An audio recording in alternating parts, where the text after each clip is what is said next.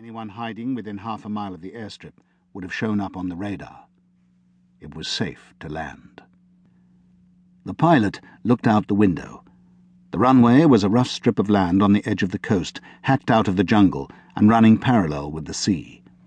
The pilot could have missed it altogether in the dying light, but for the two lines of electric bulbs burning at ground level, outlining the path for the plane. The Cessna swooped out of the sky. At the last minute, it was buffeted about by a sudden damp squall that had been sent to try the pilot's nerve.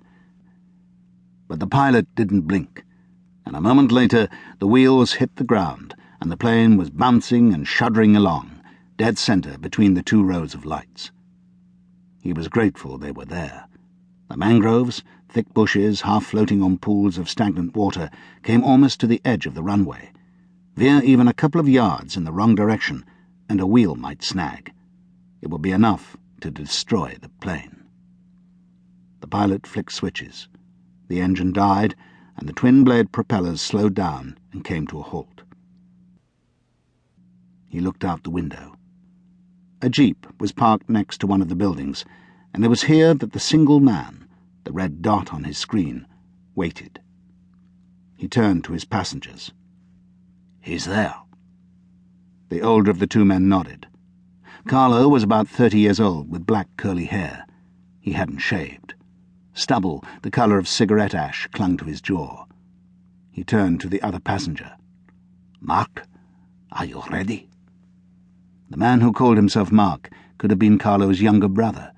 He was barely 25, and although he was trying not to show it, he was scared. There was sweat on the side of his face, glowing green as it caught the reflection from the control panel. He reached behind him and took out a gun, a German-built 10mm Glock automatic. He made sure it was loaded, then slipped it into the waistband of his trousers, under his shirt. "I'm ready," he said. "There's only him. There are two of us." Carlo tried to reassure Mark, or perhaps he was trying to reassure himself. "We are both armed. There is nothing he can do." "Then let's go." Carlo turned to the pilot. "Have the plane ready," he commanded. "When we walk back, I'll give you a sign." He raised a hand, one finger and thumb forming an O. "That is the signal that the business has been successfully concluded. Start the engine at that time. We don't want to stay here 1 second longer than we have to." They got out of the plane. A thin layer of sand crunched underneath their combat boots as they walked around the side and opened the cargo door. They felt the sullen heat in the air, the heaviness of the night sky. The island seemed to be holding its breath. Carlo reached up and opened a door.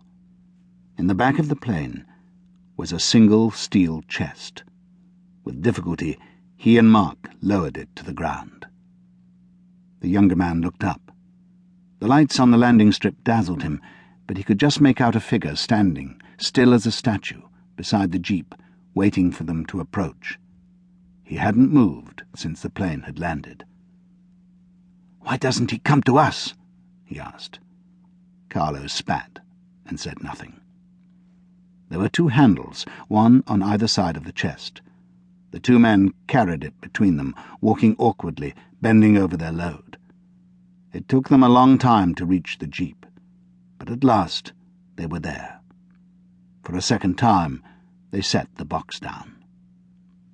Carlo straightened up, rubbing his palms on his jeans. "Good evening, General," he said. He was speaking in English. This was not his native language, nor was it the General's, but it was the only language they had in common. "Good evening." The General did not bother with names that he knew would be fake anyway. "You had no trouble getting here?" "No trouble at all, General." "You have it?" 1 kilogram of weapons-grade uranium, enough to build a bomb powerful enough to destroy a city. I would be interested to know which city you have in mind." General Alexei Sarov took a step forward, and the lights from the runway illuminated him. He was not a big man, yet he radiated power and control.